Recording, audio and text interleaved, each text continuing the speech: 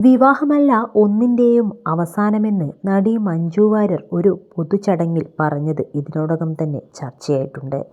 തൻ്റെ അമ്മയെക്കുറിച്ചും മഞ്ജു സംസാരിച്ചു. അച്ഛനെയും അമ്മയെയും എപ്പോഴും ഒരുമിച്ച് കാണാൻ സാധിക്കുകയുള്ളായിരുന്നു.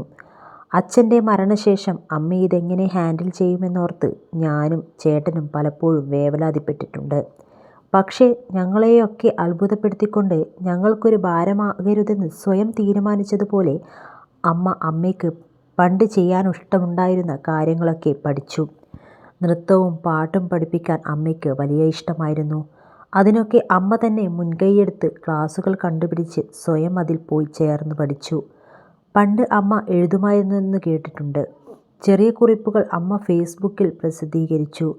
ആ കുറിപ്പുകൾ കണ്ട് ഗൃഹലക്ഷ്മിയെപ്പോലൊരു പ്രസിദ്ധീകരണം അമ്മയെ ഇങ്ങോട്ട് വന്ന് സമീപിച്ച് അമ്മയുടെ ഒരു പുസ്തകം വരെ പുറത്തിറക്കി.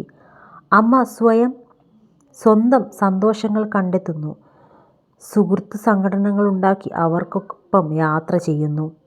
വിവാഹമെന്നത് ഒന്നിൻ്റെയും അവസാന വാക്കല്ല എന്ന് ഉറക്കെ പ്രഖ്യാപിക്കുന്ന പെൺകുട്ടികൾ ഇന്നുണ്ട്.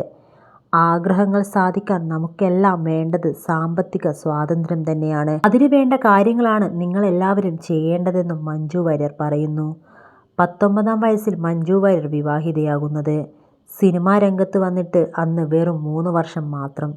വിവാഹശേഷം മഞ്ജു ദിലീപിൻ്റെ വീട്ടിലൊതുങ്ങി. അഭിനയരംഗം പൂർണ്ണമായും വിട്ടു. സിനിമാ രംഗത്തോ നൃത്തവേദികളിലോ മഞ്ജുവിനെ കണ്ടില്ല. ദിലീപുമായി അകന്ന നാളുകളിലാണ് നൃത്തവേദികളിലേക്ക് മഞ്ജു വീണ്ടും എത്തുന്നത്. ദിലീപുമായി അസ്വാരസ്യങ്ങളുണ്ടായ കാലം മഞ്ജുവിനെ സംബന്ധിച്ച് പല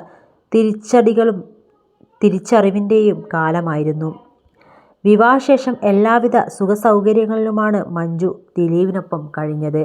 എന്നാൽ അസ്വാരസ്യങ്ങൾ വന്നതോടെ സാഹചര്യം മാറി. ഒരിക്കൽ ഡബ്ബിംഗ് ആർട്ടിസ്റ്റായ ഭാഗ്യലക്ഷ്മി ഇതേക്കുറിച്ച് സംസാരിച്ചിട്ടുണ്ട്.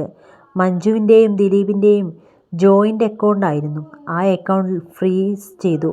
ഒപ്പം വീട്ടിലുള്ള വണ്ടികളൊന്നും എടുക്കാൻ പാടില്ലെന്ന് പറഞ്ഞു. ഇറങ്ങുന്നതിന് മുമ്പത്തെ ദിവസം എന്നെ വിളിച്ച് "ഞാൻ നാളെ ഇവിടെ നിന്നും ഇറങ്ങും ചേച്ചി, പോകാൻ കാറില്ല" എന്ന് വരെ അന്ന് പറഞ്ഞിരുന്നു. വല്ലാത്തൊരു മാനസികാവസ്ഥയിലായിരുന്നു അന്ന് മഞ്ജു. കാശില്ലാത്തത് കൊണ്ട് തനിക്ക് ഡാൻസ് ചെയ്തേ പറ്റൂ എന്ന് മഞ്ജു തന്നോട് പറഞ്ഞിരുന്നുവെന്നും അന്ന് ഭാഗ്യലക്ഷ്മി വെളിപ്പെടുത്തി.